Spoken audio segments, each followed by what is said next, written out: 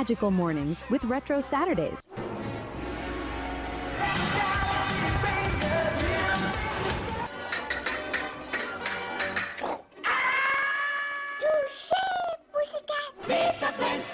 Thus, the Powerpuff Girls were born! Where the young at heart relive the fun. Join us every Saturday from 8 a.m. to 12 noon, only on WESN, the content capital.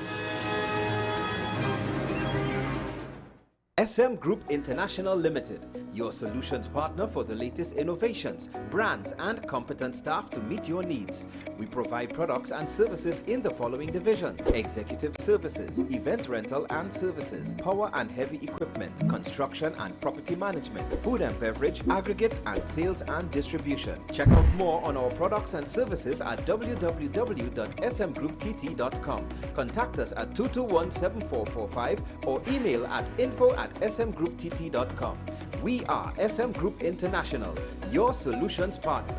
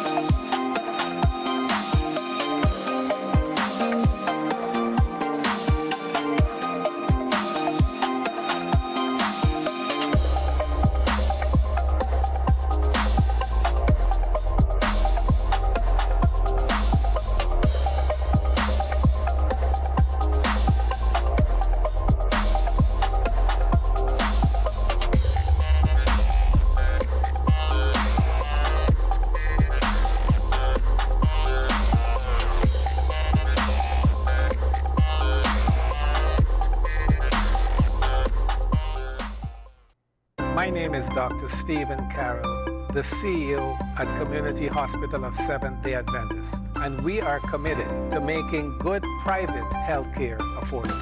For all your medical needs, including dental, radiology, laparoscopy, behavioral and mental health, along with many other services, contact us for more information at 235-5471. Community Hospital of Seventh-day Adventist, where good private health care is affordable. WESN.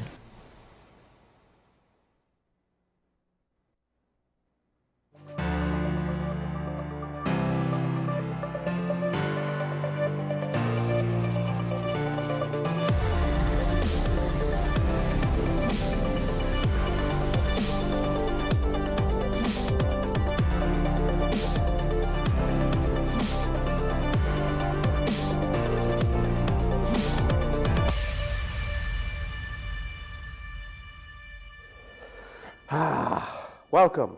Good morning. Before we get into some of the more detailed stories, just want to highlight a few things that I like or I don't like. But in one case, this is more, there's a question. There's the whole situation with that prison officer who was allegedly involved with criminal gangs, and a necessary detention order was, written for him. Now, I believe it's the prison officer's lawyer is denying the situation, which is par for the course. Defense attorney denies that their client is guilty, insists that the client is innocent. One of the things that's interesting / confusing is the he said, she said in the situation, because the lawyer said everything in that detention order is contested, hearsay and propaganda. They know the truth, let them come out and tell the truth about what happened at the barracks, because apparently when this prison officer went to the barracks, he was part of a larger group, right? And I believe he was merely the driver. Yes, that Guada served as a driver during the brief visit and stayed in the vehicle while his colleagues who were senior to him went inside. So the lawyer is quoted to have gone on to say, so there's no way that the minister expects us to believe that her client went of his own volition, walked in Tetron, past all the security that they have in place, and handed contraband to the inmates. That is unbelievable. Although, technically speaking, while we commented about a breach in Tetra. I used the term breach in Tetron, or something to that effect, in the lower thirds, I believe, because I think I changed them at least once. And not just limited it to communications, because the detention order spoke to, or at least some of the published statements around the detention order spoke to the prison officer accessing contraband material, something to that effect, right? Didn't necessarily mean he was communicating. It could have been that he accessed a place in the barracks he wasn't supposed to go, accessed something in the barracks he wasn't supposed to have access to. So it wasn't necessarily clear. That was one of the issues I had with the initial reporting. It seems like whoever released the information to the press wanted to be very specific and say specific things, but wasn't very clear with regards to exactly what was going on, what this guard, didn't give us the whole picture of what this guard may or may not have been involved in at the time. So I do find it interesting because technically speaking, the lawyer's coming out to say, well, he didn't communicate, he didn't go in. Well, I would argue you could be true, but you're not necessarily directly refuting per se what has been released so far. They say he was a part of, he has facilitated in the past, but the specific thing, if my memory serves correct, is he accessed something. So that's, at the end of the day, that's semantics. One of the things is some of the detention orders were reversed or expired or what have you, and I assume that could have meant if it was people who were detained from off the streets and not detention orders for people on remand or inmates that were convicted. I wonder if those things line up like that, if that already is lawsuits waiting to happen. So we have to wait and see. This is just one of those things, though, that, and to what extent as a society are we like, yes, use the SOE fully, because trampling on people's rights, it comes with a risk, it comes with a potential cost, right? We were lucky that after 2011, the cost was only financial, and I'll just leave that there. Something that I find interesting, but I don't like it depending, I don't have faith that it could be implemented properly, not that the idea is bad. Government apparently wants a year-round carnival city in the savannah to boost tourism. That in and of itself is not necessarily a bad idea. First of all, carnival is more than just the month before actual carnival, Monday and Tuesday, more than just between Christmas or Boxing Day and carnival, Monday and Tuesday. It starts as early as July, August, when you have band launches, and to some extent there's Lent, and then there's a period between Easter and July. I'm kind of surprised there isn't more carnival events in that time period, to be honest. Now, the thing about trying to make carnival year-round, I think it's a good and a bad idea. First of all, I'm not sold on it. Why should carnival be year-round? Broadway shows are year-round, right? But that's different. The Broadway show is not necessarily tied to any specific season of the year. Carnival is technically tied to a season of the year. Now, we do have Tobago Carnival, and we do have the actual Carnival Monday and Tuesday and everything in the run-up, right? But to what extent can you then stretch what is technically a seasonal activity to try to make it appeal to tourists? And let's be frank now, then there's the whole implementation thing. How are you going to do it? How much capital are you going to spend, and what are you going to implement from the first year? What's the plan after the first year? And if you don't market the island, you potentially are not going to market this. What's the point of having a product? It's like literally if someone decides to do a show in an off-Broadway theater and they don't market it at all, and they have none of the cast have anybody of note, none of the producers have anybody of note, none of the crew, nothing. There's no publicity. What's the point? We are not the only game in town, and there are carnivals around the world, spread out over there, Crop Over, Notting Hill, etc., Miami. So, Toronto, somewhere in July, August, I can't remember when. So the implementation of this will be very important, and even then it might still fail if it doesn't have corresponding marketing efforts, as well as how do you plan around all the other carnival events around the world, because that's the problem. Carnival is not technically something based around sustained activities. Carnival is based around people, technically, one-shot expenditures, big expenditures. Monday and Tuesday is the biggest, but then there are the other all-inclusive fetes and the like. Most people probably do not go to all of the fetes unless they're industry people or they get a lot of free complimentary VIP tickets and the like, in which case they most likely are industry people or sponsors or what have you. So how do you then now try to stretch that throughout a year? And then I'll say this. What Mr. Manning had planned for Savannah probably would have been a better facility than rebuilding the grandstand. How do you now turn a carnival city that, I mean, you can't just have tents, it can't look jokey. But then now, also, don't forget, you have whatever else you may have wanted to use the grandstand for. Whatever else you may have wanted to use other parts of the Savannah for. I get it, a lot of it is carnival events, so you could integrate it, but still. This seems like a half thought out idea.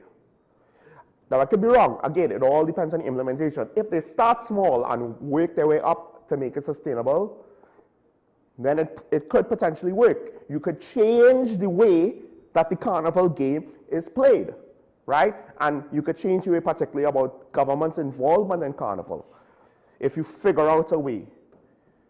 It's just that I haven't seen any government do anything close to that. So how am I supposed to have confidence this is going to work? And dare I say, while I'm not necessarily looking to give any guarantees, I'm fairly confident that wait and see, most likely what I fear will come true, will come true. They will spend a set of money to do something, and we probably won't see any returns on it, but they won't stop it until they get voted out, because they don't want to be embarrassed by its failure. But then when they get voted out, because it's hard to win multiple elections in a row, the next government will probably, depending, if it hasn't caught on, because if you commit it might be a waste of money, but it might still end up working in the long run. If it hasn't caught on, it'll probably be significantly adjusted or completely cancelled, depending on if we start to think of it now as culturally important or not. I don't know. But it's a tourism thing, and I don't have faith in tourism things. Something I like, Justice Ministry had a working group which include multiple stakeholders over virtual court hearings, looking and the list of things that they were concerned with: limited access to justice, strains on police and prison services, security risks, difficulty for attorneys to access virtual links, procedural unfairness, and particularly to procedural groups. Like all these things, this is good. You have a working group. It includes various ministries, judiciary, justice minister, defense minister, Ministry of Homeland Security, etc., etc.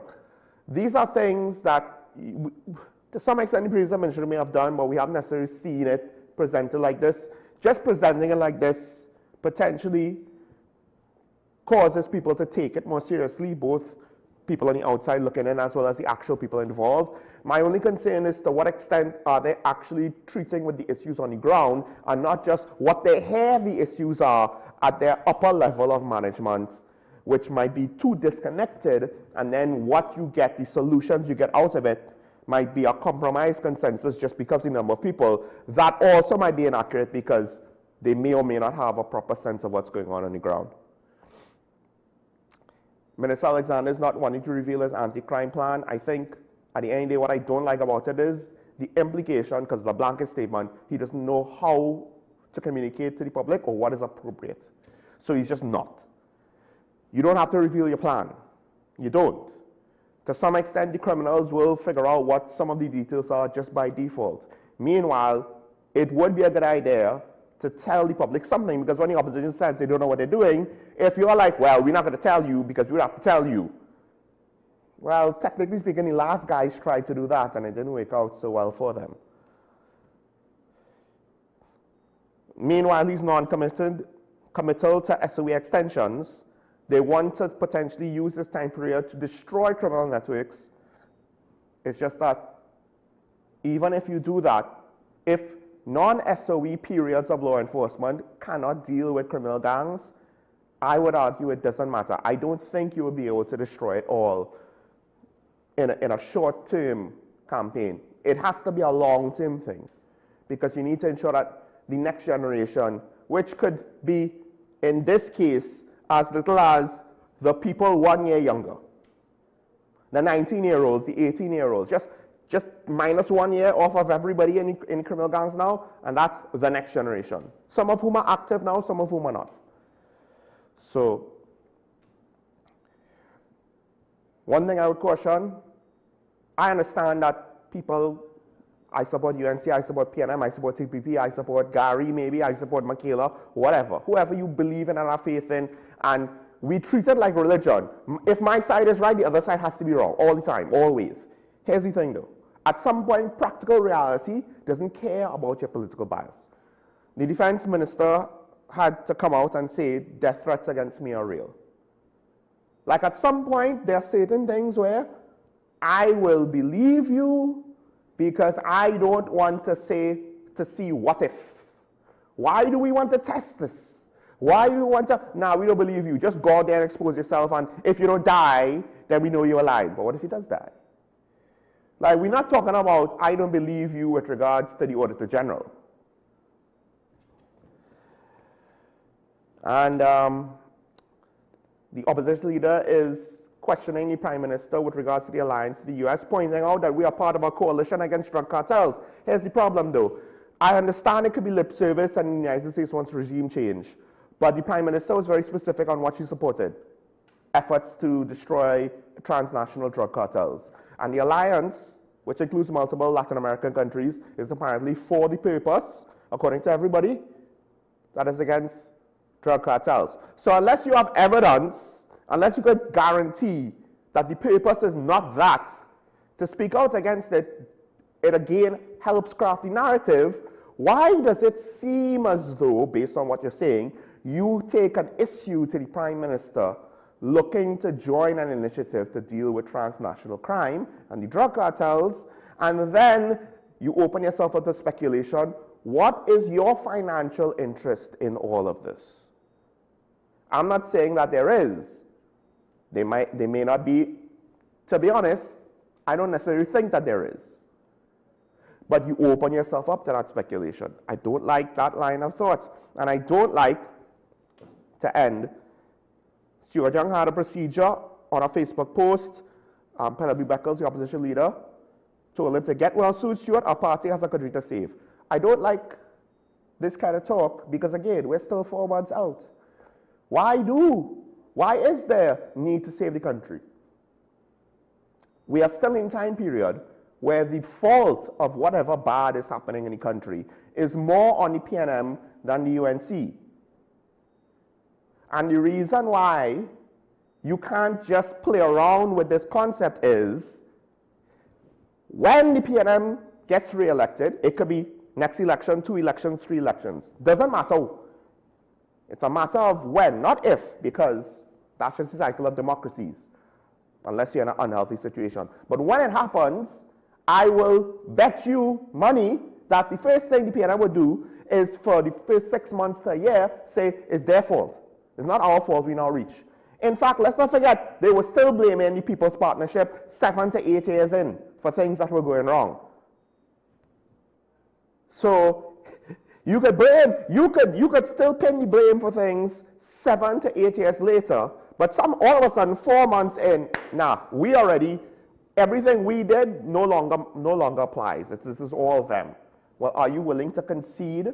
Are you willing to concede? It's the flip side that I've had for the government. You can't shift all the blame and try to reclaim all the credit for all the things that were done.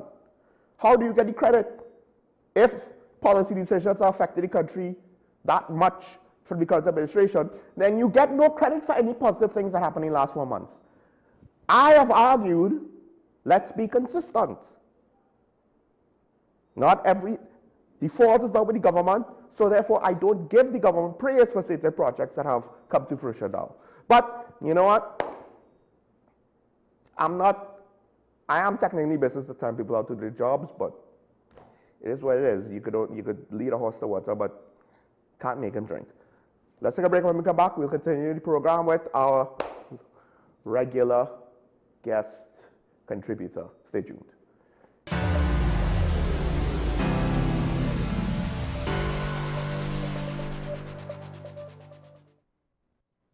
Welcome to ASTI, Advanced Solutions Technical Institute. We offer hands-on training in drone technology, fiber optics, hybrid, security, business support, and more.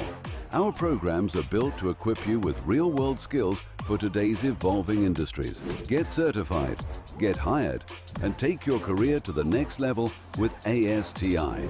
Call 778-2135 or email info@astitnt.com. ASTI, where learning meets opportunity.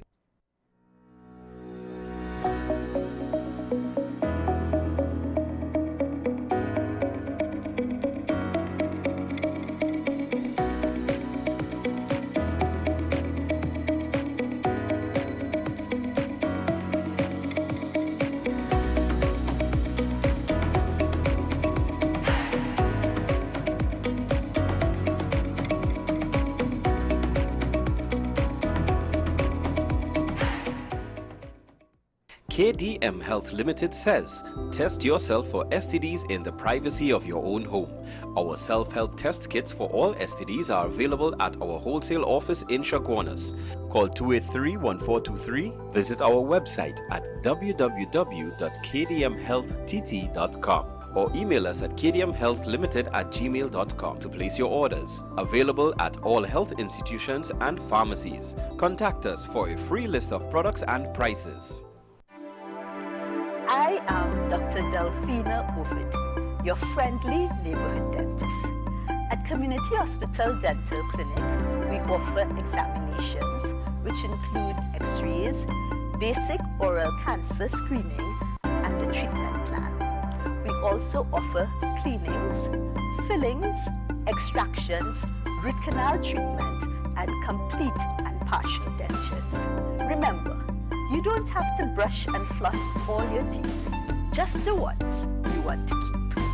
Give us a call at 235-5479. The Community Hospital of Seventh-day Adventist, where good private health care is affordable. If these walls could talk, they'd cry uncle. They didn't plan to become offices or yoga studios. But they've stood by us, even when we got a little stir-crazy. For that, they deserve some thanks. They deserve Benjamin Moore. Struggling with heart health or frequent migraines? Discover the simple steps to reclaim your energy and vitality. We're diving into a topic that affects about 422 million people around the world: diabetes. Tune into Wellness Unlocked, the series that delivers expert advice, practical tips, and inspiring stories to help you take control of your health and well-being. Your health matters. Don't miss Wellness Unlocked. Watch now on WESN and take the first step toward better health.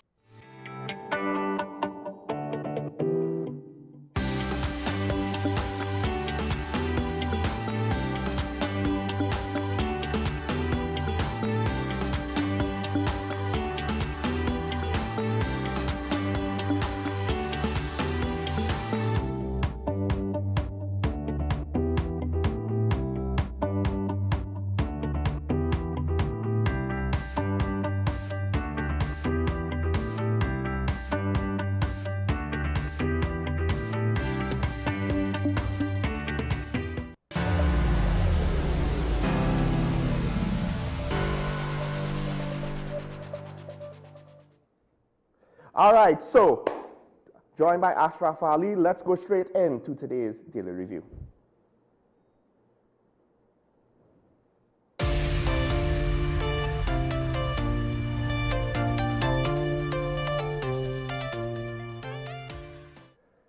Ashraf, morning. Morning.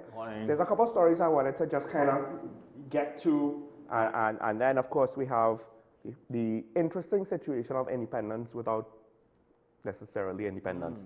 But just before that, first of all, let me hit you a topic from a different angle here. The whole situation with contract workers. I don't know if you have in the police service, one would hope police officers are not on 3-month or 6-month contracts, but this is something in the rest of the public service.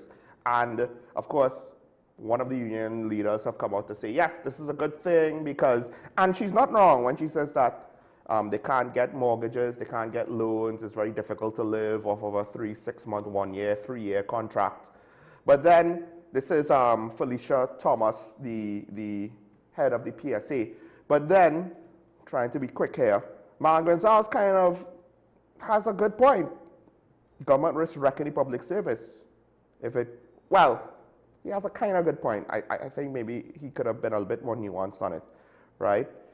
But there are serious consequences, and I think one of them is, okay, how are you going to do it?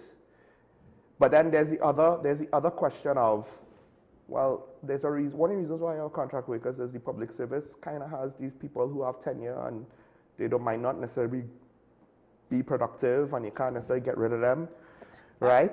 Which I don't know to what extent he brought that up, right? But you know what? I'll kind of give him the benefit of the doubt. He was pointing out the negatives of if we just do this thing, right? And I agree with him. There would be potential negatives, and we can't just overlook them. But then the opposition leader brings up another good point, and I think it's with regards to, well, you have no plans to reduce jobs in the public service, but you're going to reduce contract employment in the service. Because the PNM did warn they're gonna send people home, they're gonna fire people, right? But I'll actually take it a step further. Because initially, when she says that, yes, there is what they were saying with regards to their political messaging from before, but I'm also saying, yes, but what about you're gonna just blanket statement, remove contract workers, right? As opposed to, let's just look at the whole public sector and remove unproductive workers. Well, that is a very interesting final statement or final position that they're taking here, because really and truly, when you look at the public service holistically across the board, are we saying that, or are we comfortable with the level of productivity that we have? Now, some may argue yes, some may argue for, some may argue against, but let's be realistic. I do not think that we have a productive public service, a very effective. We are not where we're supposed to be or shouldn't be. Right, I think we need to clarify, because public services around the world are not known to be productive. Are you saying that, well, we're not productive enough? It doesn't have to be perfect. We will never be 100% productive, right? And I don't think there's any system that could be any public service system could be so effective. I am saying we are not there in terms of where we should be, because there's a lot of shortfalls in all the public sectors, right? And some more than the other. There has been a lot of, there has been a lot of changes trying to improve public sector. But one of the things that we have to look at is that there's a tendency for persons that once they have security of tenure, they believe that you can't do anything to me. You can't, I am entitled to my sick leave, I'm entitled to my vacation, I'm entitled to all of this. Fair enough, that's your entitlement based on your contract. Your terms of employment. Terms of employment. And we have unions and we have other associations to safeguard those type of things, that employers do not breach them. But at the same time, we must ensure that if I am paying for a service, you must be able to provide that level of service. Because I am paying you to do a job. You have to be as efficient as it is. We cannot have too much inefficiencies. So let's give an example. You hear a lot of times that people go to these government institutions around midday. Right, yes. Midday might be the most appropriate time for persons who work in the private sector and other areas that there might be the most convenient time for them because they may get a lunch hour and all of that because they have to go to these particular areas to perform some functions or get information or pay something. And even within that period, the same public service not understanding and listen, this is the time period that we cannot afford to have the least amount of individuals in our space. You go sometimes you see an entire line, and unfortunately, and I'm not blaming the individual, it's the administration of the whole process, that you have one officer who is a cashier, and that only cashier is operating, but you also have other cashing stations not being manned because there's only one person. Everybody else was on lunch. Everybody's on lunch. And then you have cut-off times that I am not dealing with it anymore from this period to that period. Yeah. No, it's unfair. Well, you also have, as we saw in the Registrar General's office situation, right, where some of the people working in Tobago was trying to sell Tobagonians, oh no, you had to go to Trinidad to deal with certain things. Whereas the central government is like, no, we set you all up for the purpose of dealing with these things, not to redirect people to Trinidad. Which is even worse because you're basically telling people, yeah, you had to travel, you had to spend money. And we're not talking $20 to take a taxi, right? You had to spend, you had to get a boat ticket or plane ticket because I can't do it, supposedly. Now, the flip side might be that you want to give contracts. Are we saying that if you're giving contracts that these individuals are more productive than would be more productive? This has to do with our culture in any space. We do not have a culture of level of production and productivity, even though our watchwords are that. Yeah. Right? We believe that we are entitled to certain things. Because I'm working in a government institution, you can't come and tell me how to operate how to work in a government institution, right? And that is unfair because I work for the government. This is how it is. Yeah. However, when you go to the banking sector, even though they do have rotation of individuals and clerks when it comes to lunch, because it's human beings you're talking about, they still have a significant or a sufficient amount of tellers to address the clientele over a period of time. Good? Why we in the public sector, we have a constant working hours.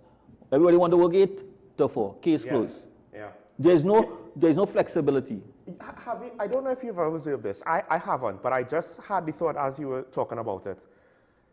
Some of the people who are going to be victimized by the public sector's rigidness will be public servants themselves because they're taking their lunch hours. Exactly. Right? That's the only time they have a chance to do business, right? And then what's going to happen?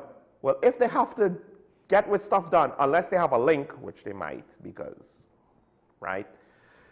They'll be stuck like everybody else. And they themselves will not have the flexibility then to come at a later hour.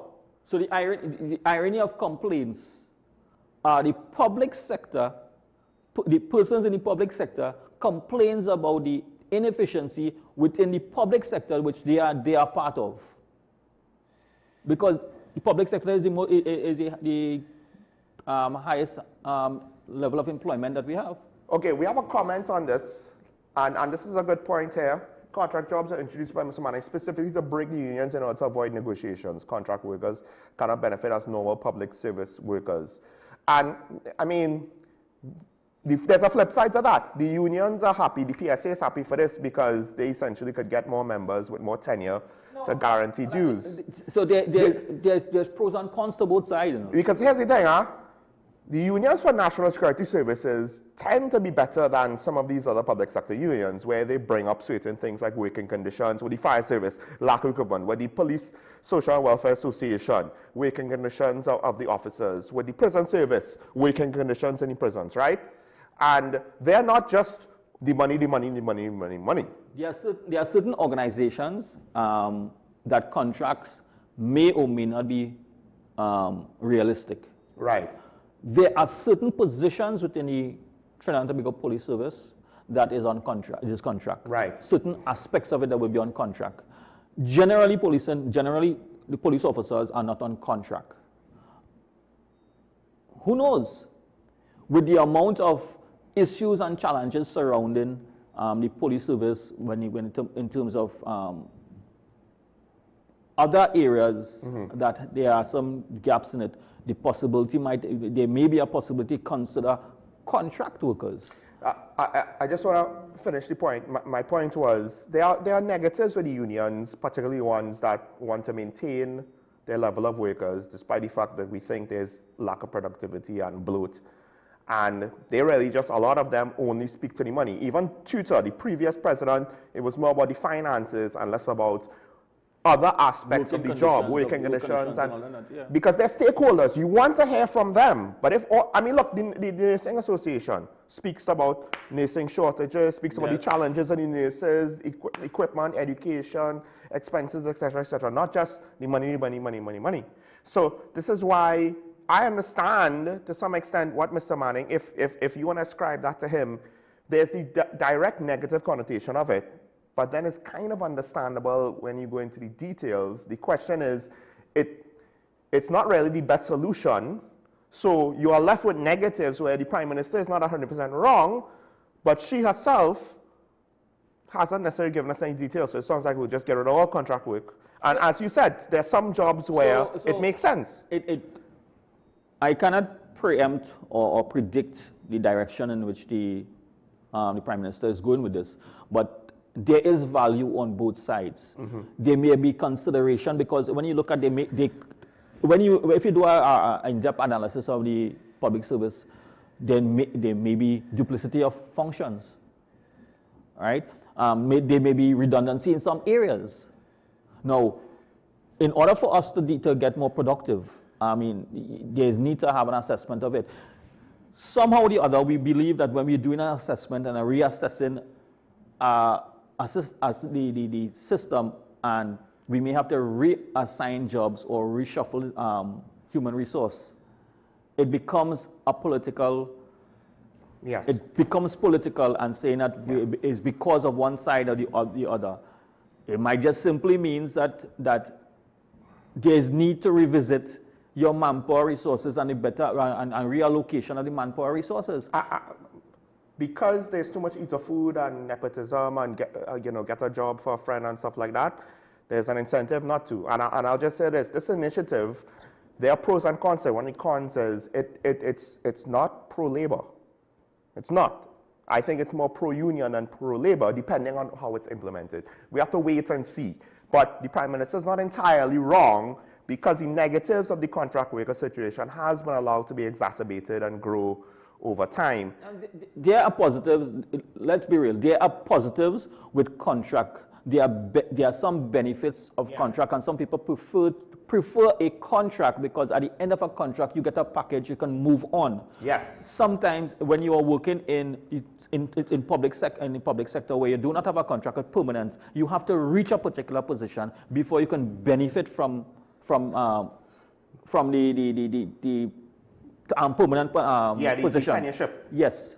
And if you leave prematurely, the whole public service might look at you funny if you reapply. And you will end up losing out. So there are benefits on both sides. It all depends on. All I'm saying, once it's in the best interest of productivity and the interest of the country in increasing the productivity and reducing some of the costs that we have. Once it's in the best interest. If it is not in the best interest, then it would not get the support that it's supposed to get. And right now, unfortunately, every decision, whether it's any good, bad, or indifferent, it becomes a political tug-of-war. I do agree with you. One of the key areas to cut costs is labor costs. But then, of course, the question is how you're going to do it. Just blanket, get rid of contract workers. How is that in the long run cheaper? In a way, in the long run, it might not be, right? And like I said, what about the unproductive bloat that we have? If no one is willing to address them, the THA initially was, but then we haven't really heard anything about that after like the first 6 months. They mentioned it and then they stopped. Because we have allowed the labor part of the society to be dominated by government. So, and it's almost like a drug addict. You can't just go cool turkey and expect it to work. Once government becomes the main employer, then you have a lot of challenges. All right, I do want to move on. Okay, let's just take this last statement. Try and get customer service reprimand vaccine during lunch hour. You'll be lucky if you get through before 4 p.m. and you round up everybody so they can close. And this is not a special case, happens with insurance, etc. I mean, for the most part, my experience is certain banks, particularly certain banks as in certain brands, they have certain staffing levels, whether it's good or bad. Not all banks actually fully staff their branches. That's a policy decision, right? They know they don't necessarily care about the line that you have to stand up in. With regards to Republic Bank, I wouldn't agree with that across the board. I am not experienced to say this is what they do. To me, they have a rotation throughout the day. I am not within that. That is not one of my banks that I operate, right, that have any accounts in. However, I did some transaction in that bank. There's a the difference with it is that they cater for, they're flexible in that they'll open a later hour. Right. So they cater for persons who are after business, after work hours, because they 8 to 4 hours. Now, we can't isolate, I don't want to isolate any specific branch.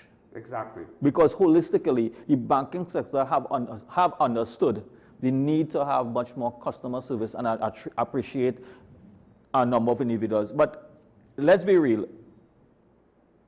Sometimes when you go to a bank, even I feel it, and sometimes when you go, you ask, why this person at the counter so long? Mm-hmm. Then when you go there, somebody going to ask the question, why you are there so long? Because you may want to ask a question, you may be concerned about something else, you may be inquiring about it. So it's not about, give me my money, let me go. It's about, you may ask, because your finance we are dealing with, so then conversation might be there, and then there are certain things that you will say, tell her pick up themselves and go to get additional information. It's not that they leave, it's just that they have to get finance information and come back to you. So it takes a little while for that level of, for that transaction to finish. Customer service is tricky. You could, 9 days out of 10, 4 tellers might be enough at a certain hour. But then that 10th day, you have enough people that have more questions. And then do you put time limits on that's like when you have customer service calls and they want to put time limits, right? Usually people see that as a negative. But for business, you're balancing out. Do I limit this one customer's time so that we could service more customers? It's not that simple. For someone that actually had to do a job in that area, it is not that simple, where there will be a point where it's taking too long and you might have to cut the customer off. But you can't necessarily just have a hard limit to say we have to keep things moving, because you will have legitimate questions and engagement from your customers, and you want to treat people like people, right? Now, I just want to touch on this before we go to the Independence Day stuff. Of course, the whole situation, US-Venezuela, has grown a little bit. There's reports that there's 2 more ships deployed, including one of it, which is a guided missile cruiser, which is a big deal because these assets are old, and deployment means maintenance cycles, and you're using up an asset which they're not necessarily going to replace them. But the whole thing about this whole situation is we have military assets coming to deal with essentially what's a law enforcement problem. I do find it interesting for locals that have an issue with this, because we're like, you all need to get the defense force to help the police. but the American military to deal with law enforcement problems, no, that's a step too far. Like, I understand they might want to change the Venezuelan government to attack Venezuela. That's the USS Lake Erie there, the Ticonderoga class cruiser. Its deployment signals we're sending more weaponry down there. Like in 2025 with naval engagements, it is essentially how many missiles do I have to shoot, whether to defend or to attack. So to send a ship that is technically outfitted with more ammunition, on one, it's kind of hard not to see it partially as, oh no, we're serious, we're looking to shoot something. Well, something, no, I'm not for or against any, so I'll be very cautious with my statement with respect to that, because my view, I don't want my views to be skewed with anybody particular views. Right. But the irony is that we tend to say that, okay, when the US is not getting involved, why they're not helping? They should, I don't know the decision that they make. I am not there. I am in no way close to any decision making with respect to that, and I'm not going to speculate on it. There would have been a decision on why they deploy such a level of resources for a particular reason. I am not going to say that the United States is going to invade. I hope that it does not, because it's going to impact us directly. Directly in the context that we will have a greater number of individuals from Venezuela, right? Immigrants who may flee because... Well, we don't, it depends on what level of action the Americans do, but we don't know that for sure. It's not as though Venezuela was fine and they're going to upset an apple cart. So that apple cart overturned right. long ago. So I am saying that it will just exacerbate the situation that we currently have. Now, we do have, the reality is that we have a challenge, and whether persons accept it or not, we have a challenge with the number of immigrants coming to Trinidad and Tobago. Right. The unique situation with that is that they are free to travel between Trinidad and Tobago and Venezuela on their own. We have seen it through the Western Peninsula. When you say they're free, illegally? Illegally, they're traveling on a regular basis. Yeah. Right? So they have a free-for-all, but Trinidadians can't go Venezuela and come back as normal, back and forth, right? Yeah. But they are free to come and go as they feel fit, because you know why? Lack of our security at our borders. We have to accept that we have dropped the ball when it comes to security of our borders, and the lack of resources we have put in place to ensure that. So I not blaming the United States. They have their own agenda. That is their policies. What have we been doing over the past number of years to ensure that we strengthen our borders, strengthen our borders? Not much. The amount of resources that the Trinidad and Tobago Coast Guard has, and the lack of resources, we have heard it on several occasions, the fleet and the condition of their fleet, to effectively manage that area, to prevent these type of things happening, where illegal immigrants come in, as well as high crime piracy on the seas. Yeah. That didn't happen today. It was happening over a period of time. The United States didn't consider this today. It was built up of a lot of things happened over a period of time. The TPS has worked with the United States significantly throughout the years, right? Continue to work with and have been working from international. So they work with the DA, they work with Interpol, they work with ATF, right? They work with the United States, how do you call it? The ICE departments. Right. So they work with, because we have as law enforcement agencies, and they are cross-training, right? There's cross-training, there's exchange of information and intelligence across the board. So it's not that they just pop up today and they say we're just sharing everything with them. No, it does not. Let's just assume, because I'll say this, I don't expect that we have the financial resources to fully resource the Coast Guard. There might still be reasonable amounts of blame for the Coast Guard and how it's being managed and then how it's being resourced, right? With regards to, we could give them more of the budget. But I think there's a speculative but reasonable speculation that we might still not be able to give them everything that they need to deal with the entire 360 maritime border, which you technically have to cover, right? Exactly. So external help on that it's one of the things that I've been asking for, I've been hoping for, because, hey, we need help with maritime borders. Somebody else has a more resourced Navy, Coast Guard, or whatever. Please come and help us. Can we ask for that help? Can we get it? But a caller on Tuesday had an interesting question with regards to what extent could we get more help to deal with our internal issues? Right?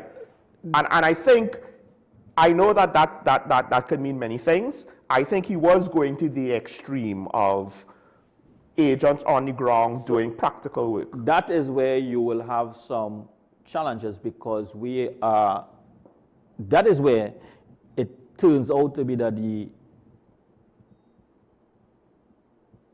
a country cannot operate within your space, right? Not even from an invitation perspective. Right. Yeah, right? even with that. So they can't invite you to come and do law enforcement here because our laws doesn't cater for those type of interactions. There are specific interactions that they may be able to assist, but direct interaction, our laws doesn't cater for that. It's internationally that's like saying that you invaded my country, you operating within my country. Yeah. There's no way. Like, there's no invitation to make an FBI agent or a DA agent operate legally in Trinidad and Tobago as a full agent. It can't with work. full powers. No, it won't work that way, right? I mean, technically, if they had dual citizenship, they could citizens arrest. Technically. Interesting. Technically. Yeah, it could be a possibility. So, but the use of firearms and that's still questionable. Those type of interactions would run the risk of much more issues to address. An international right? incident? But that is why when there was, we get foreign aid from law enforcement personnel from other agencies, they work alongside the law enforcement for specific reasons, not general. It has to be, and it's only on a advisory rule, not an operational rule. Interesting enough, I'm not a lawyer, I'm not a constitutional lawyer, so I don't know. But I have read stuff where Scotland Yard police have gone to other countries to assist on practical levels, right? Now, I don't know to what extent people were embellishing or what, right? These were non-fiction books. These weren't fictional books. But I do wonder, unless we could segue now to some extent to independence, if we weren't a republic, if we were like Canada, where the head of state was still the monarch, to what extent would we have been able to ask for more direct assistance from the UK on the ground? They may, so you may or may not, like I said, I'm not in the same category like you. Yeah. And two of us are not in the same category, so just thinking out the box. We did in fact have Scotland Yard officers in Trinidad and Tobago over the years assisting law enforcement, but on an advisory role. So they can come, they would be here to advise on invitation. They will be advising in specific areas, share training and share different perspectives. But to actually be doing the work on the ground independently, or even not necessarily independently, but carrying out operations. It would pose some challenges, and there are certain requirements that need to be put in place. There was some incidents. There was arrangements when SORT was here. There were foreign officers who from other countries, but when they came here, they were made special reserve police officers for a particular period, and that would give them some level of authority.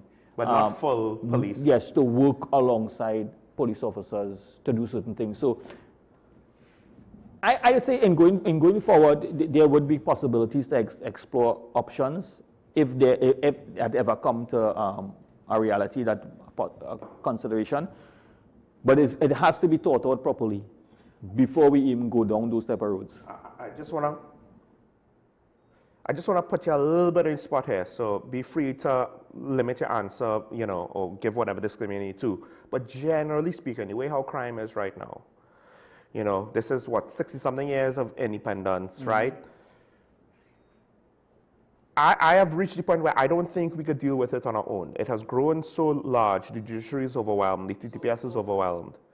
To what extent do we need foreign intervention? I don't. Because it's transnational crime. I don't think that we need foreign intervention. I'm not necessarily talking about to deal with the stuff going on domestically per se, directly, but just because there's transnational criminal networks, we need foreign help to deal with the maritime border stuff and the smuggling and stuff like that. And that's what I'm saying. We do have those arrangements. It is not public knowledge of the type of arrangement that has been put in place because, for instance, when firearms are recovered in Trinidad and Tobago, Trinidad does not have the database and you have to find out where the firearm. So it's partnership with the ATF, right, to get certain things, to get information and to do background checks and things to verify the location where these firearms did originate or where they originated from, and how the possibility. So that then we have information and we have intelligence to suggest that in order for it to reach here, there are channels and possible transshipment channels and where it reach. So there are a lot of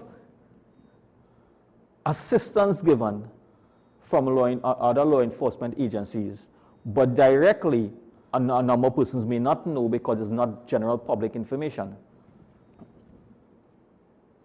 We had 63, we going on to 63 years. A couple of days we're making 63 years. So we are 63 years old. 63 years old is a young nation.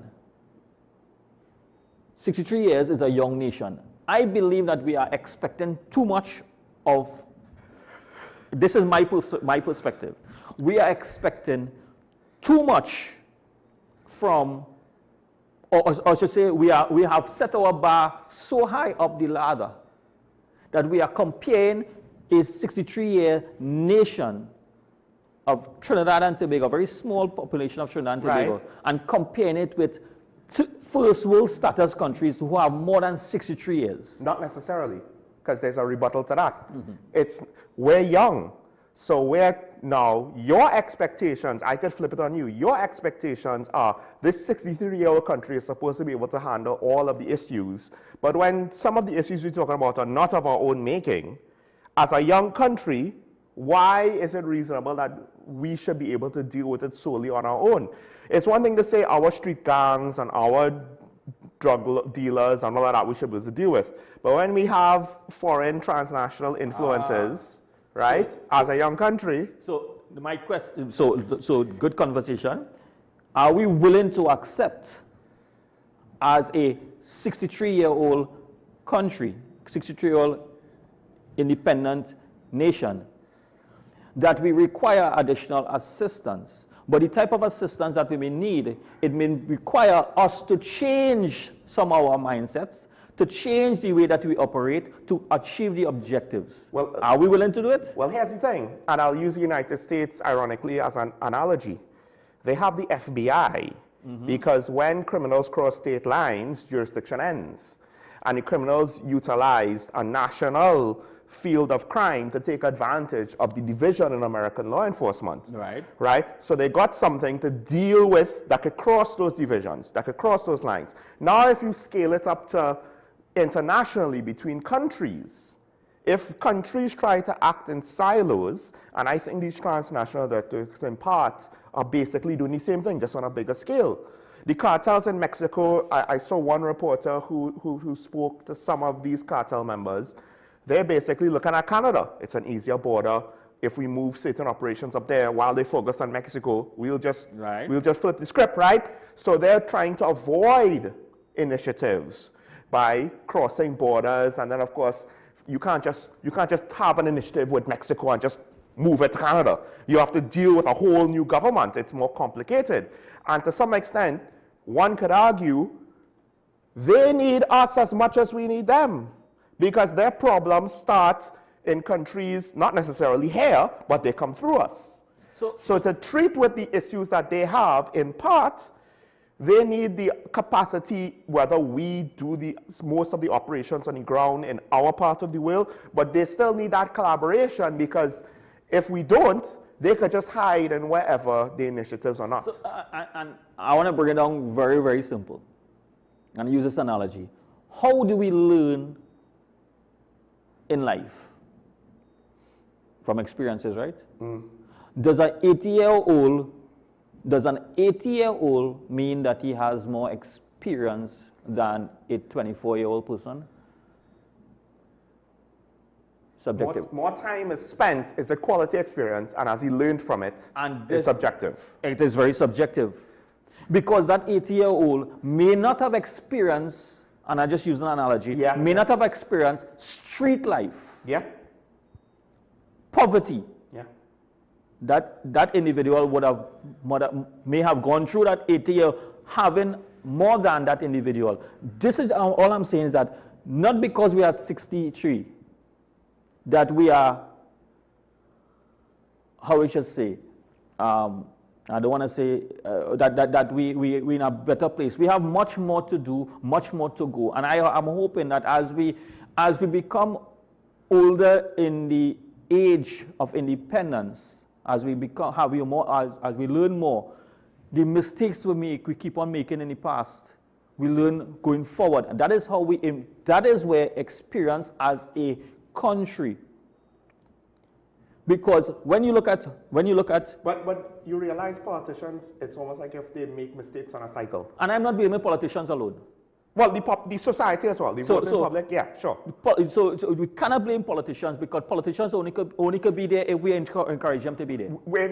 I prefer the first statement. We cannot blame them alone. Yes. But we can blame them because they're part of it. They're part of it. Fair enough. So we give them some blame, and politicians across the board, like everybody else. Yes. We are in our 63 years of independence, right? Could we as a country stand up and say that we are proud to be 63 years? Are we able to say no matter how we got our independence? And I am saying I am glad. I am fortunate and I'm glad that Dr. Eric Williams and in that era, he and the other members, right, who got our independence, we didn't have to fight or lost lives for it. It speaks to the volume of our competence and capabilities to negotiate an independence. I'll just say, not just that, but there's also stories of Trinidad lawyers doing work in Africa when those countries were getting independence and having to figure out certain aspects of their society. So I do not believe fighting alone or fighting for an independence is the only reason to say that, okay, we fight for it, so it is only... we got independence now, I appreciate our independence. We have the callers, but I'll just throw this out there for you to mull on. I don't know if we're really proud of our national identity, right?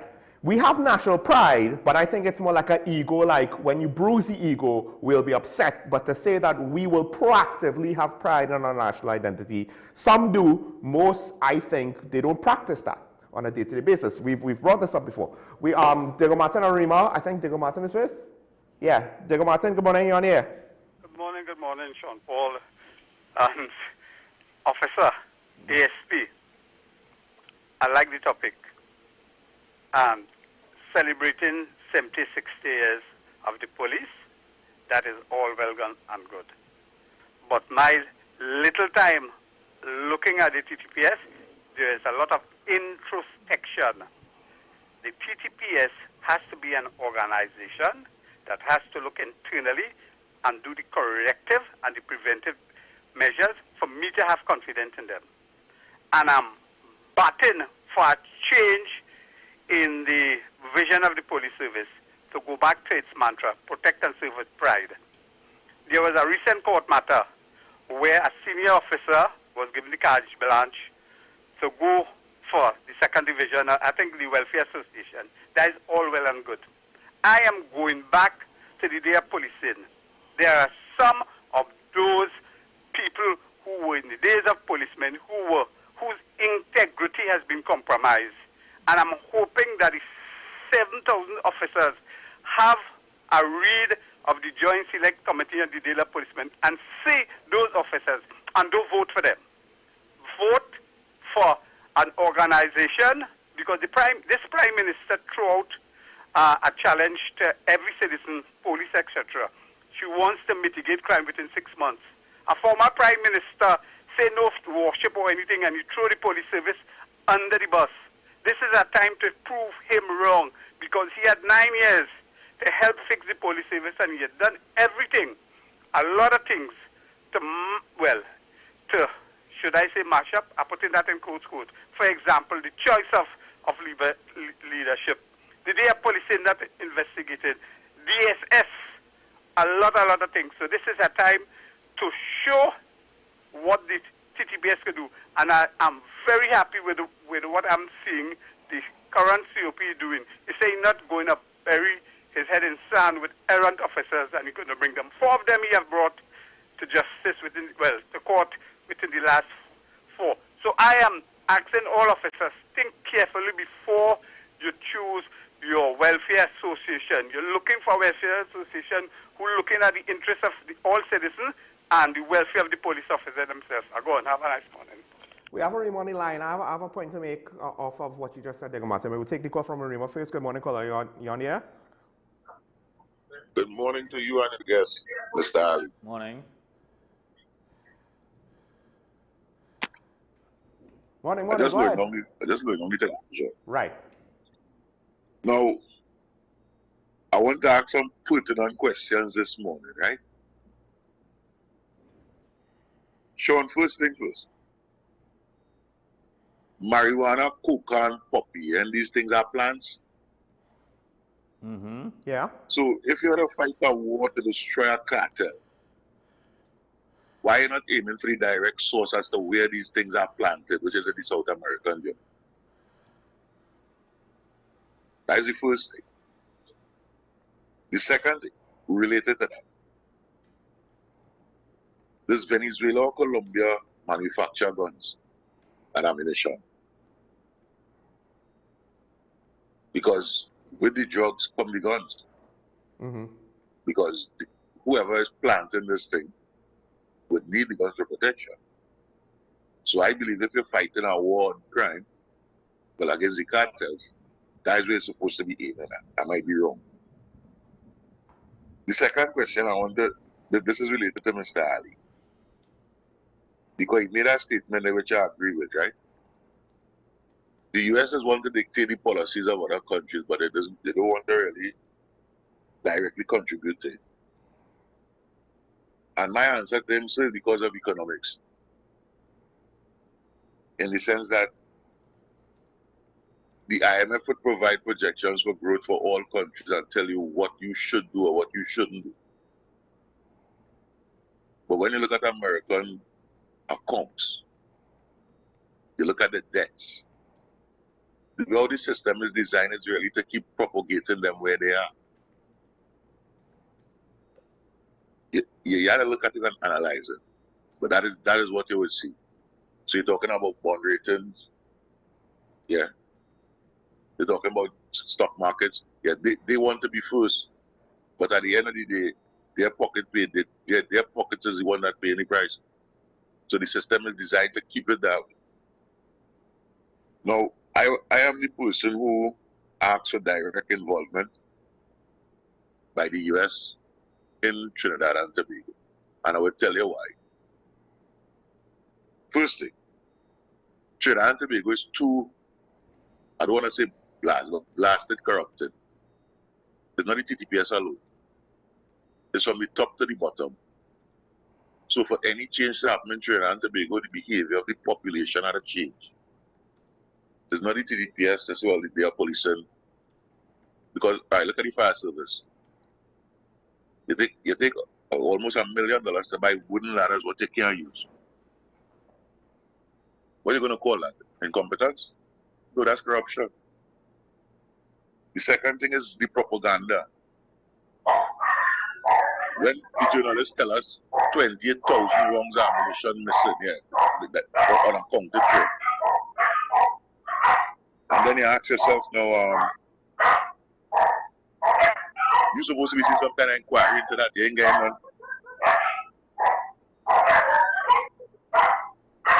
You ain't getting these things happening.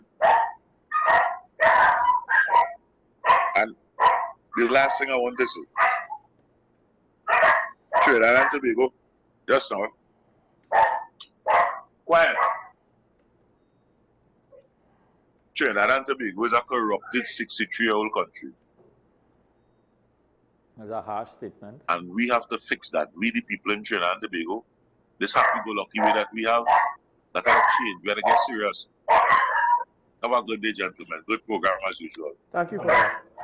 I mean, I hate to say this, but I don't think he's wrong. But there's corruption in a lot of countries. In fact, some of the things that we think are so bad in Trinidad, I was naive enough to be shocked to know, no, these things are quite widespread even in North America.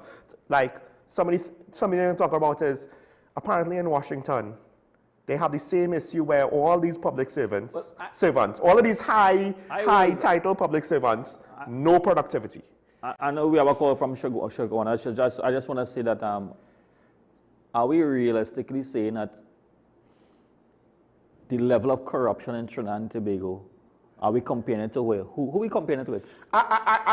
This is the thing. I think a lot of our corruption is not unique to us. However, it's difficult to not look to the fact that it is affecting criminal justice to the point where it's hamstringing us. And when we finish Shagwan, I will tell you who we comparing it with. Okay. We have Shagwan on line. Good morning, calling on here. Good day, gentlemen. I've been hearing a lot about contract workers. Yes. And what the people don't realize, there was always in the public service. I agree. Right? But the difference was, in those days, you had special circumstances when you use contract workers. You had part-time workers. You had all these things. The problem is, now the regular public service, they had to have permanent employment in order to get the best people to the top. Right? What caused the problem is when they change it and they make everybody in the public service contract officers. Right? That is the real problem. And the reason it was done is because the politicians wanted to control the public service. And that is the cause of all our problems.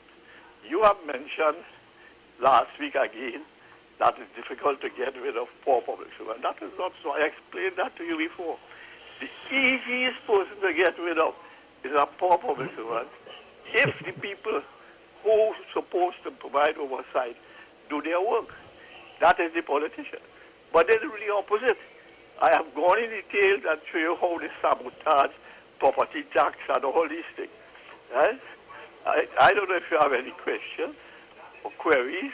No, I agree with that last statement 100%, caller. I hear that 100%. That is actually the reason why the job is not done more often than not, right? Thank you for that. No problem. I mean, and that's why I understand. I also too don't want to just pin all the blame on politicians, but yes, we do select them as the voting public, right? But more importantly, the voting public seems to be very happy to be uninvolved in between elections, and 5 years is a long time to be uninvolved, right? But the politicians are still the one making the decisions. So true. And look, you could argue the current administration sold the public on we're going to be better than that. Good. And now we have to wait and see if they will be better than that. And I like where you went with that one, because it was kind of you're tipping over into the area I was saying about corruption. We keep using the word corrupt and a corrupt society. So willy-nilly. Yeah, we just throw it out there. Yes, throw it out there. So it becomes it really making it have an impact anymore. Right. We compare corruption not as per other countries, but we compare corruption per administration. So one administration to the other, one department to the other, one organization to the other within our own space. So who we comparing corruption? We comparing corruption to our own selves. We're not talking about outside. We are comparing on our own selves. So it is about time we start to reflect now that we just keep on in a cycle of only shifting the blame, not acknowledging that listen, it's not the issue of corruption, but a lot of unprofessional conduct. Yes. Lack of resource management. Yes. Lack of accountability, as the Chagwanas and the professor continue saying, monitoring, evaluation, accountability for what we do. It is easier to shift the blame and say that person was responsible for it and not me. But you are part of that entire system, and our corruption that we keep using over and over. right? There's a lot of corruption index that we use. I'm not using that at all, because that is comparative to certain type of things, certain behavior. But we keep saying one organization or one department or one area within the Trinidad and Tobago, right, is more corrupt than the other, and we just keep on shuffling it around. One administration comes in, so we say that they are less corrupt or we're more corrupt. Is there something called less corrupt or more corrupt? Corrupt is corrupt. Yep. So we have to acknowledge that, listen, this is the situation we have, and I agree with the commissioner when we have to not stick our head in the sand. And over the years, there have been issues taken with. I must commend the Prison Association for outlining some of the issues and highlighting that they have struggles. But do we really hear them? Are we listening to them, or are we just blaming? We have Jacob Martin waiting, but I'll just say this. This is why I'm not automatically going to give the next government a free pass. What we want is something better, not just a better version of what's there before, but actually better, right? And that takes a lot of work. But that also is work, as to your point, not just from the politicians themselves, but from the public as well. We'll take the call. I won't go into any more details. Caller from Digicel Martin. Good morning, caller. You're on here. Hi, good morning, Mr. Swan and Mr. Ali. Morning. Yes, I just want to comment on all these things people talking about American comment on the borders and what the fact is that if people go and check to see what Dr. Roddy signed in December 10th or 12th, what agreement he had with the United States, and see what he signed. He signed that he gave America permission to come in here and use Maduro's name in the event of he invading here, and but then give permission. And a few days later, Mr. Hines also signed an agreement for the Americans to come in here, train our people, and give them permission to, in the eventuality of any uprising or so on, they could take effect and defend our country. So I don't know why people are making all this hullabaloo. I think personally that Maduro, Donald Trump wants to take out Maduro, and he knows if he takes out Maduro, a lot of the Venezuelans will be returning back to Venezuela and ease up a lot of the people in Venezuela and all these migrants and so on, and he will also have a better friendship with Venezuela, and they probably will be able to function better and have a good, get the economy going good, and might be beneficial to everybody. Thank you for taking my call, and to all, happy independence, and you enjoy your weekend, both of you. Thank you. Thank you, caller. I mean, you bring up an interesting point, but here's the complexity of it. It's easy, and there is potentially room to maneuver by say, well, we'll take Maduro, whether we arrest him or they kill him or whatever, right? If you just limit what you're going to do, your interference, right? And you don't totally break Venezuela down. They're already kind of like an unstable society. If you don't fully remove the regime, it might survive, it might get better, it might not. In which case, you're kind of doing shady things for no real purpose, right? And risking a lot for no real purpose. You're probably not going to get like the opposition party taken over, so you'll get a more friendly Venezuela overnight. You'll just get a replacement. The replacement could be better. The replacement could maybe say, I don't want to go out like that, so I will behave a little bit better, or maybe not.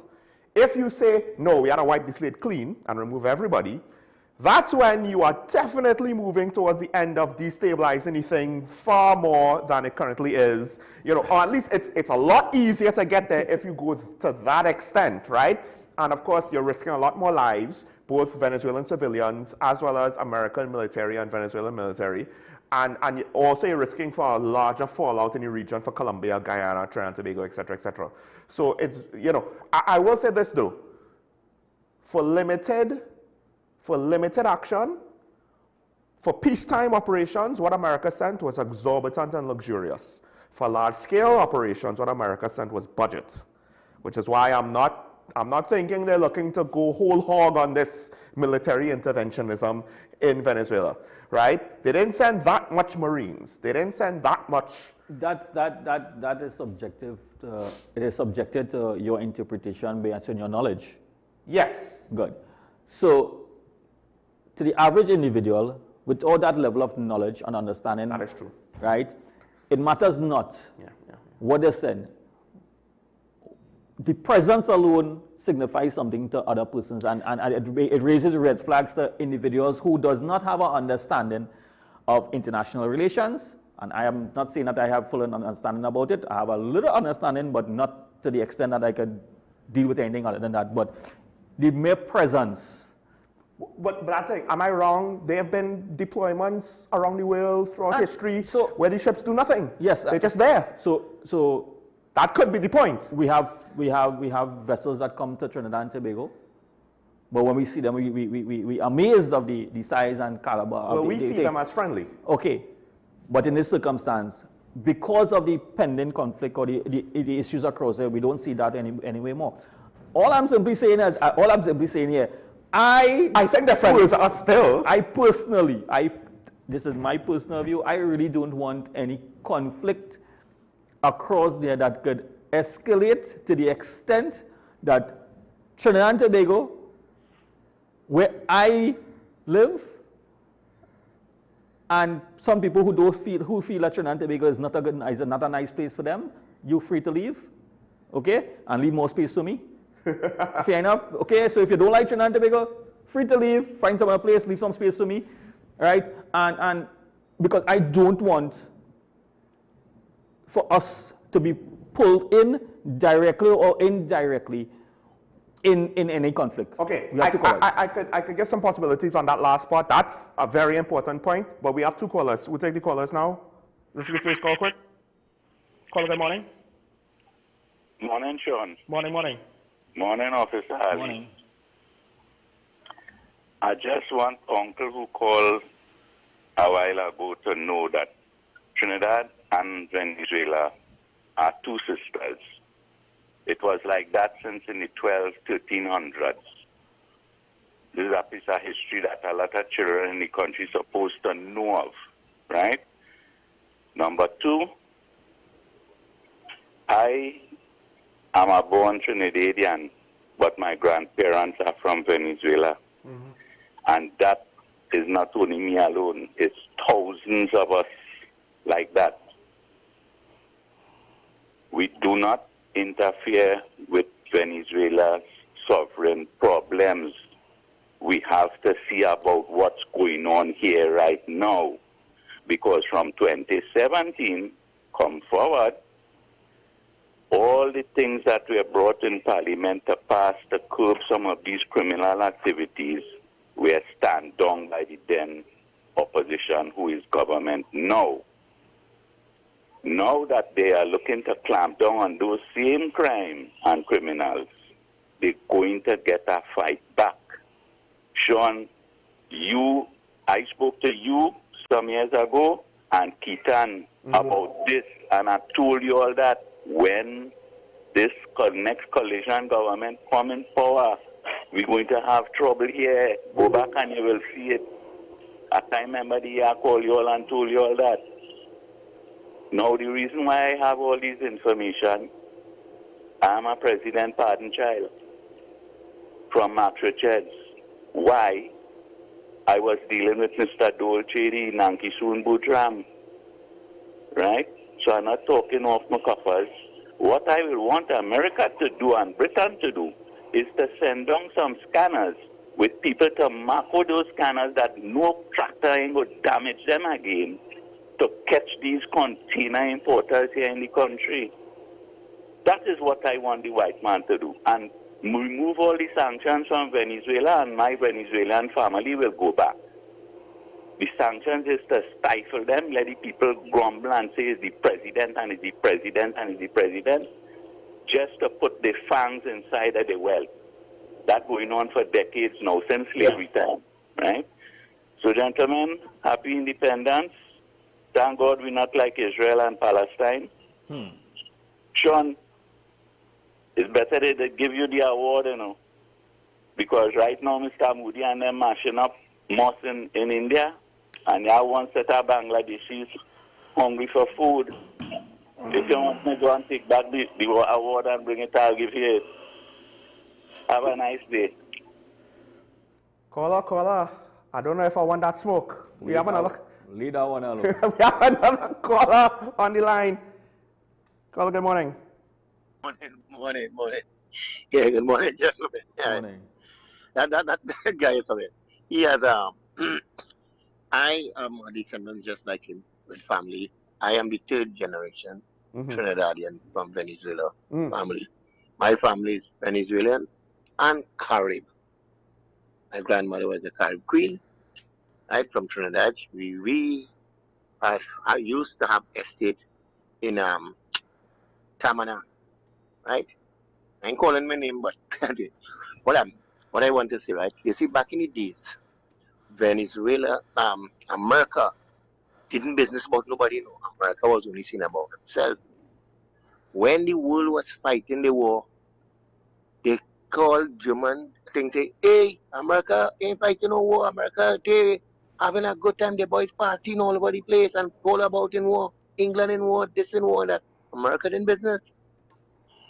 The German fella went and talked to the Japanese man and caused them to go and bomb America and brought America into the war. And the fellow who did sanction that thing, he had ball. What we did, we just weakened a giant. Now America didn't have plenty things on it. Overnight, America come one of the biggest factory exists, building boats, ship, plane in no time, and responds. And after that war thing, and then they come now, America said, say, okay, I got to protect myself now because you keep them out there from them not to come in because they brought them in there, there was business. America was all about America. And remember, these were people came from all over what's coming to America and they were thinking all about what's coming to America. They say, oh, we come to America, this street paper or gold. But what the fella say is was we were supposed to paint the streets in gold. The thing with Guyana, that river, you know what transport on that river? Right? It have coal that transport on the river, lumber that transport on that river. That river is a very large river. That a lot of things, bauxite, all of that, travel on that river.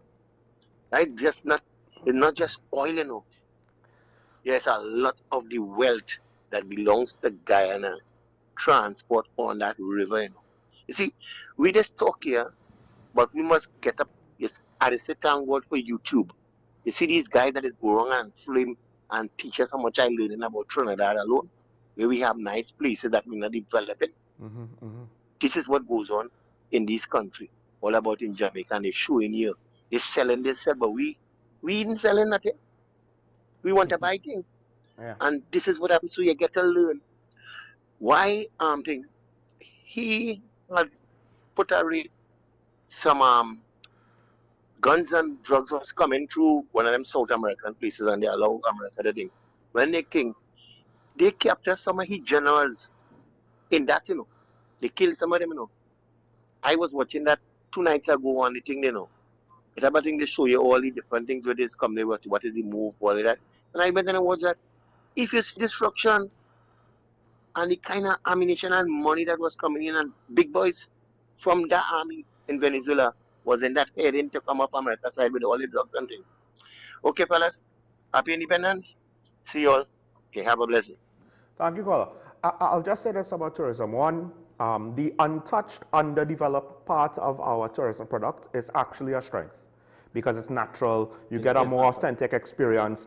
And I'll be honest, the areas where we try to develop things, we end up doing this very poor facsimile of European, Western, American, Western first world country, put concrete on it and it's automatically better. And tourists don't want to, yeah, they don't want that. Yeah. You have to balance off your development to maintain the green spaces, the natural environment, the fishing villages, even all of that, right? The natural culture. This is where the laissez-faire attitude actually works in our favor to a point because you still need to be professional. So I'm kind of iffy on development and tourism, but it does need to be developed. Just how? Now, America was isolationist, but here's the key. World War I, the Great Depression, World War II, they kind of learned a hard lesson because of that Great Depression. If they leave things alone, it will come back to bite them because it hurts everybody, right? So as one analyst in the Naval Institute said, you spend the money to prop up foreign economies because if they fail, the resulting loss to the global financial system will hit you even harder than the money you spend to prop them up.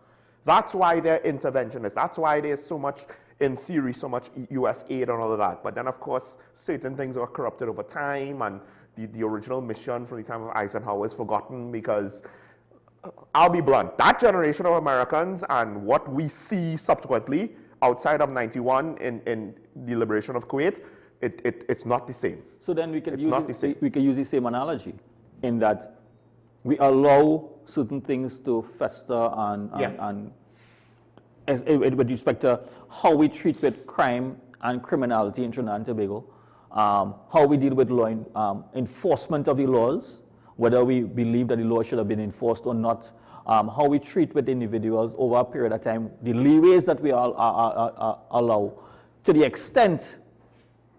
this extent that we have seen where the criminal elements, those who have been involved with crime and criminality for a number of years, have decided to upgrade and legitimize some of their business ventures, go into legitimate companies, of course, create business entities, tender for legitimate government contracts.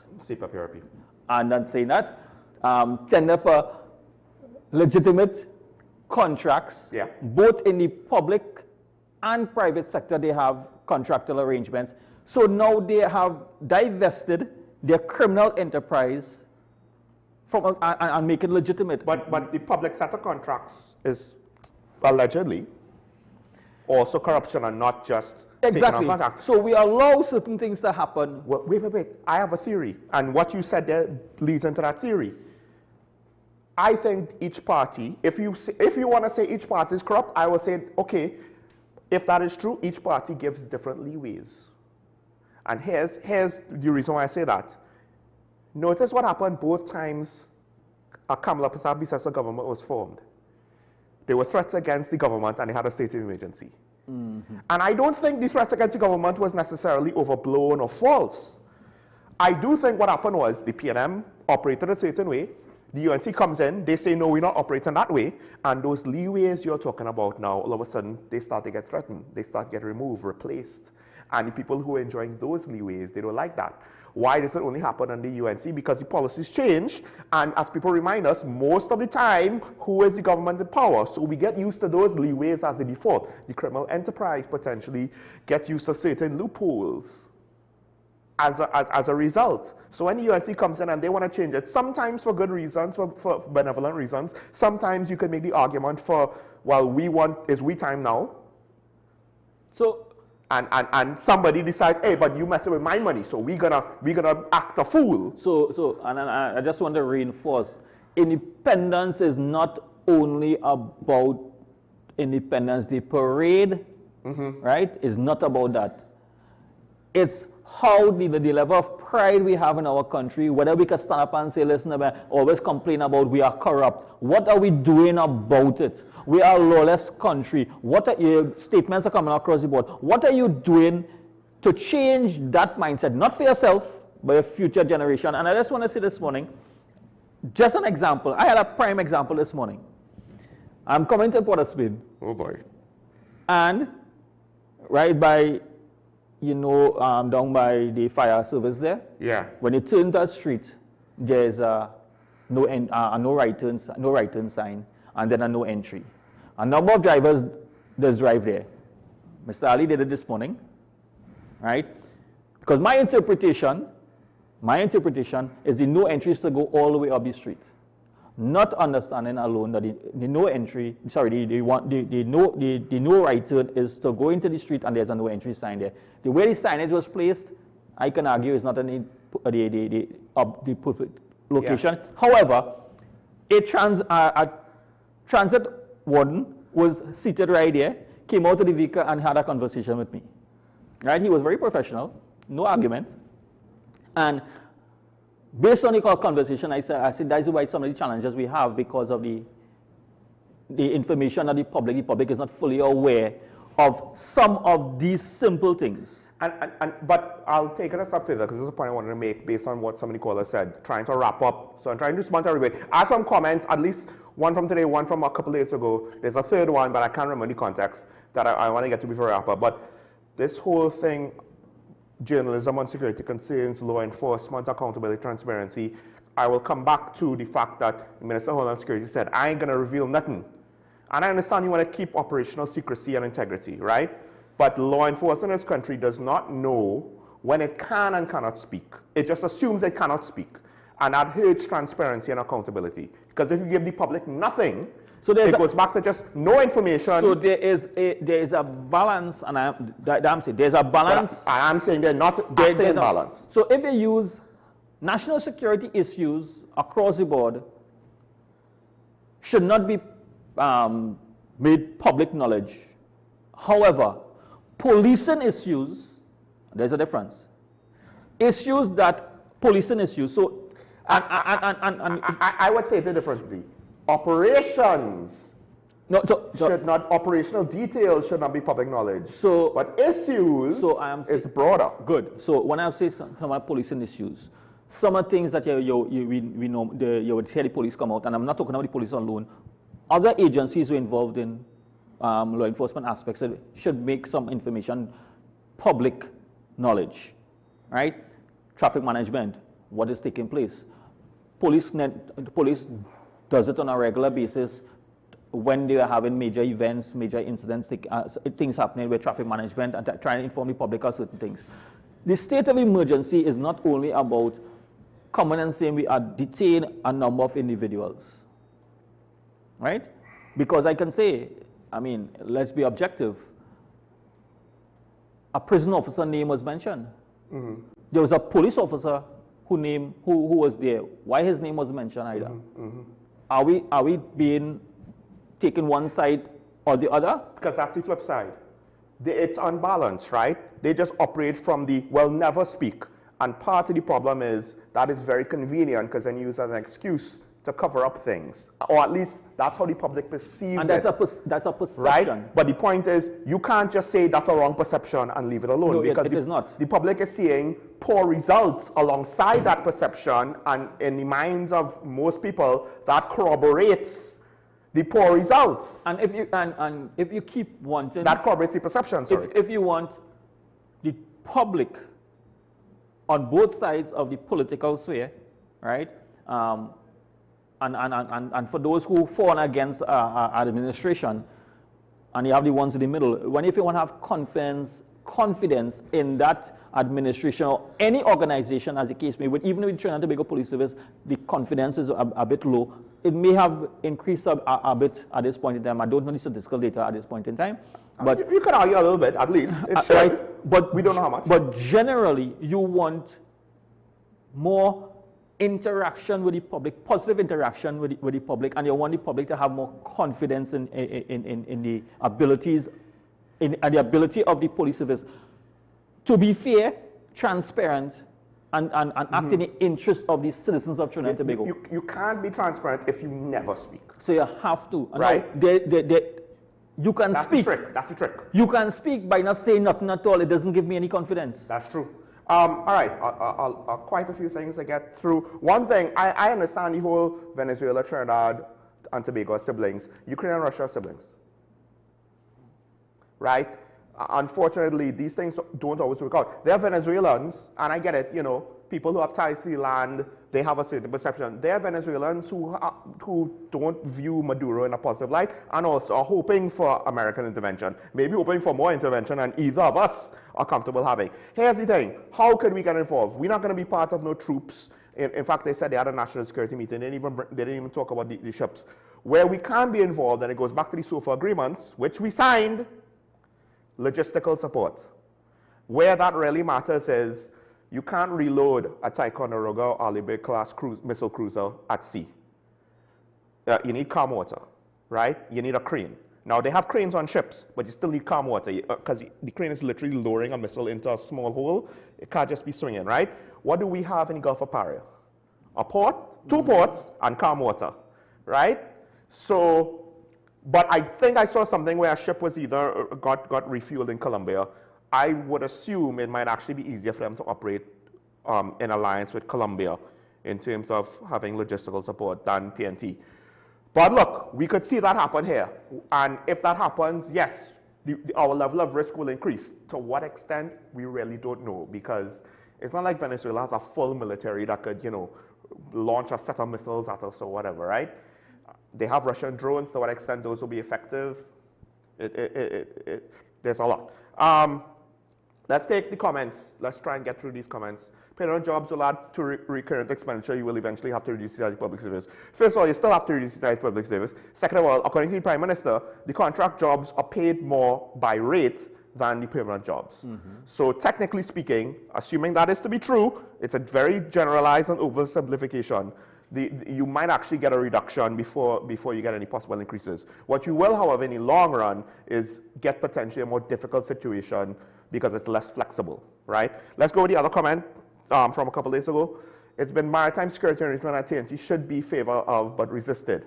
It's our Ambassador Pandey with US-UK shipwright agreements in the late 90s. To some extent, again, part of the, you know, you might want to keep your operation secret, but your issues, one of the things that the public doesn't know enough about the foreign assistance. That's why the public is asking for it, and that's why you have that doubt of why don't we ask for foreign assistance? And the question is now, it's too late. It is too late to agree or disagree with whatever was signed. That is why I'm saying that we vote for persons who we believe that could run, that we give them the opportunity to run our country and make decisions internationally on our benefit, on our behalf. So whether or not the Basil Pandey administration, Patrick Manning, Dr. Rowley, Kamal Prasad Bisesa, previous, and this administration sign agreements, they sign on behalf of Trinidad and Tobago. They didn't sign on their own. Yeah. It's not their agreement. They signed on behalf of Trinidad and Tobago. Yep. These agreements don't have to be consulted with the citizens or the ground troops of Trinidad, the person who live in Trinidad. Every citizen have to get consensus. It's agreements, international agreements. We may not. Sometimes we don't even know agreements was signed on behalf because we see a signing taking place on people and there's documents that are we familiar with what is the how you say the fine prints? We are not. We only hear the gist of the agreement and we understand. Now an agreement was signed, right? And the question is, what is the agreement about? Okay, I am simply saying, let us say what tell the public what the agreement was. It's not about saying this administration signed it or that administration signed it. The signing was an agreement between Trinidad and Tobago and another foreign country. It's not a particular administration or an individual who signed that. He signed that on behalf of a country. We have to accept. We could disagree. So on a practical level, operating from Colombia allows you, to easily operate around western Venezuela. TNT is positioned to help support operations of the eastern Venezuelan coast. And they've sent, now there's 2 submarines, 4 missile ships. You could easily split that in 2. You get 4 sets of radars, 2 sets of sonars. You're getting very granular, Sean. Right, Now, we have a comment. Let's take this comment quick. If the USA lifted economic sanctions it has against Venezuela instead of this show of force, will it be a better solution for Venezuelan prosperity? No, because you're assuming this show of force is for regime change. That's point number 1. In which case the answer is still no, because the Venezuelan government has proven they have an agenda, and that agenda is not just to sing Kumbaya with the rest of the world. In fact, China got rich singing Kumbaya with the rest of the world, but the agenda of the Communist Chinese Party has now reached a point where we don't like independent free thought, we like loyalty to the party. So let's clamp down on some of this free market capitalism stuff that's making us rich, because we'd rather be in power even if we're a little bit poorer. That's what's going on in China right now. We have to understand something. We are not like each other. We are all humans. We all have very human emotions and desires and motivations. But at the end of the day, Chinese people are Chinese people, Indian people are Indian. Indian people from India are Indian people. Americans are Americans. Europeans are Europeans. They themselves are different amongst themselves to try to say now that everybody is willing to sing Kumbaya just as much as we want to sing Kumbaya and be peace and whatever. No, that's not how it goes. That is unfortunately not how it goes. Chavez and Maduro have shown they have their own agendas. And the thing is, if it is to deal with the drug cartels, the sanctions are neither here nor there with regards to the drug cartels, right? And like I said, the force that they have, it seems like overkill for the drug cartels, but for regime change, it is a little bit underwhelming. They went in with a lot larger force into Iraq at the time. So, I think there's one last point I wanted to make, and that is going after the source of guns and drugs are not as easy as you think. Because we could cut off, let's just say America does magic bullets. There's no more illegal guns from American gun manufacturers. Not that they are selling it, but the criminals are acquiring it, right? Let's just say that's magically cut off. Well, there's Chinese guns, there's Russian guns, there's surplus AK-47s all over the world for cheap. Like, there are other sources of guns. Let's just say we magically wipe out all drugs being produced in Venezuela or with the Venezuelan cartels.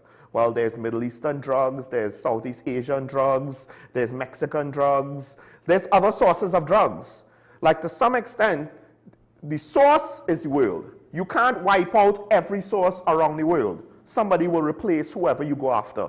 And then when you focus on them, the guys that you got rid of, somebody will replace them in that area. You have to some extent, you have to deal with the distribution network. You have to deal with the willingness to partake in the crime. Because there will always be someone looking to provide these things. It's not that simple to try and cut it off, right?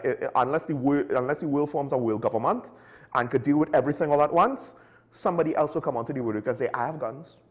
It's not American guns, but they fire bullets. And they kill people just as easily. And that's the unfortunate truth. So just as we are almost ready to close, yes, I want to say happy independence, 63rd independence of Trinidad and Tobago. And I just want to leave this as I close off. You will make your final closing statements. Dr. Eric Williams said, and our watchwords are discipline, production, and tolerance. Let us reflect. The irony is that we have a day of reflection. Let us reflect whether we are a disciplined country or we are a lawless country. Whether we have tolerance for each other and respect each other's race, identity, religion, or whatever we choose. And whether or not we are really a productive country.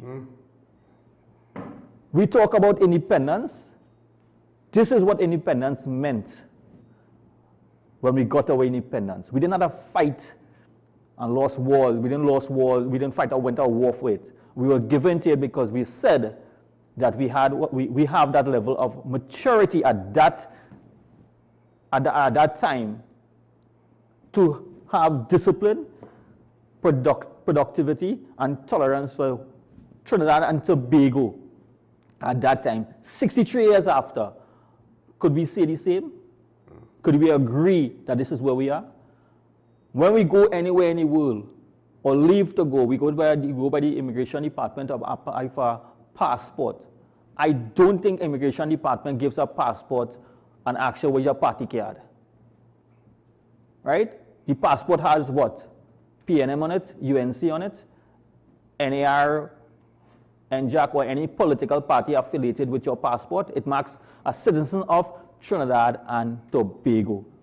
Right? Now it's a CARICOM passport, so but it's still Trinidad and Tobago. That is not pride. You don't have pride. That is not pride. That is not respect for Trinidad and Tobago. So I want persons to understand and reflect whether or not you believe, if you are a true citizen of Trinidad and Tobago or it's just somebody living in Trinidad. Right? Because I believe there are many persons here who believe Trinidad and Tobago that they are not Trinidadians or Trinidadian and Trinbagonians. Right? Because we always talk about where we came from. I don't know where I came from. I know where I came from. I came from Trinidad and Tobago. I live in my number of years in Kirep. I know where I came from. That is what I can remember. I don't even know where my ancestors came from because I didn't even because I don't even know where my ancestors came from, right?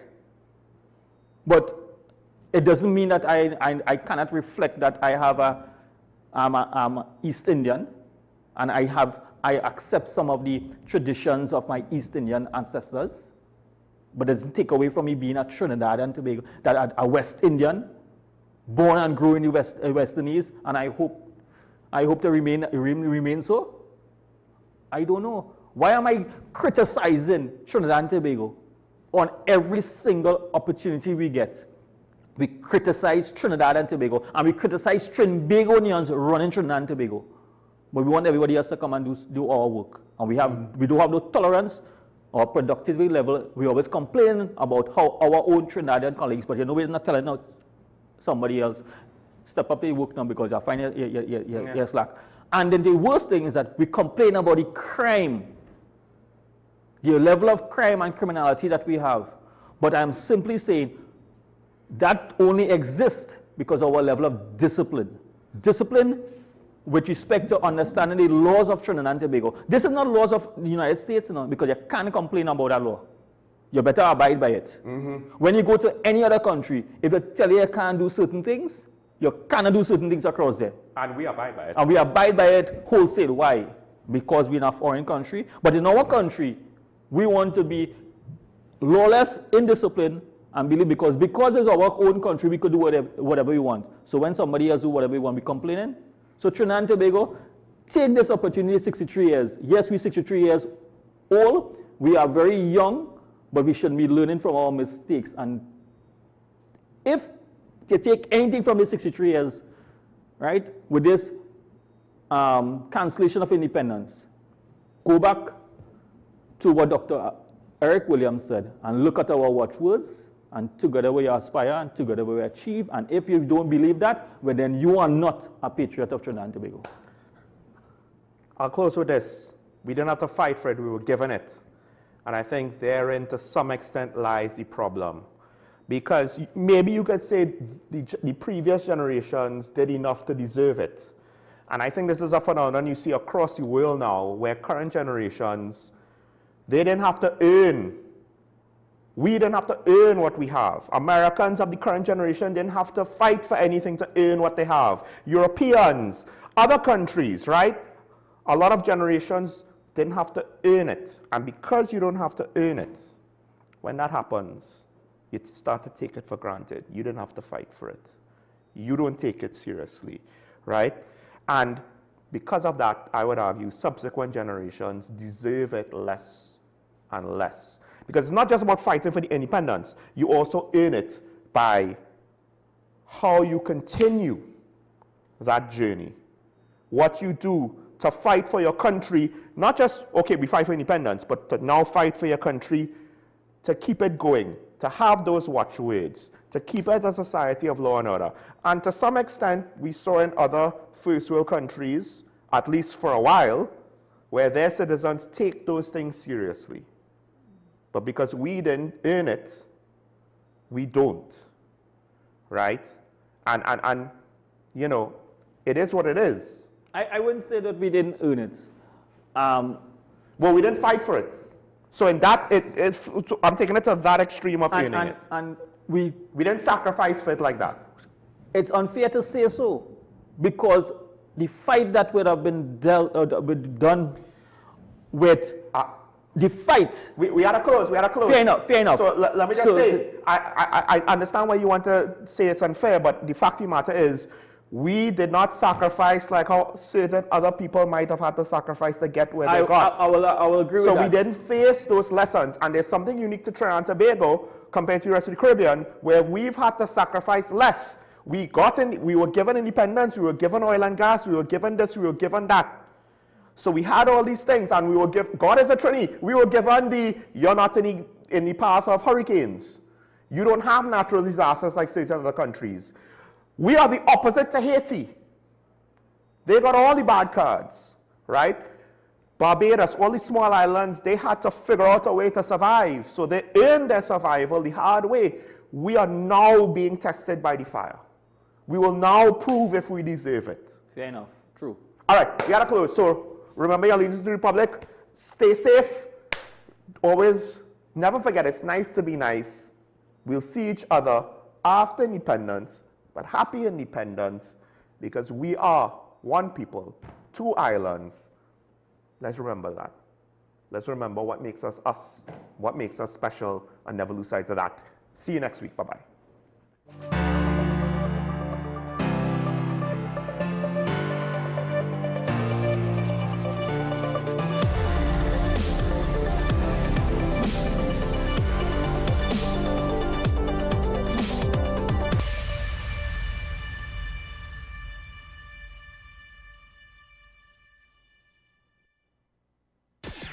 WESN.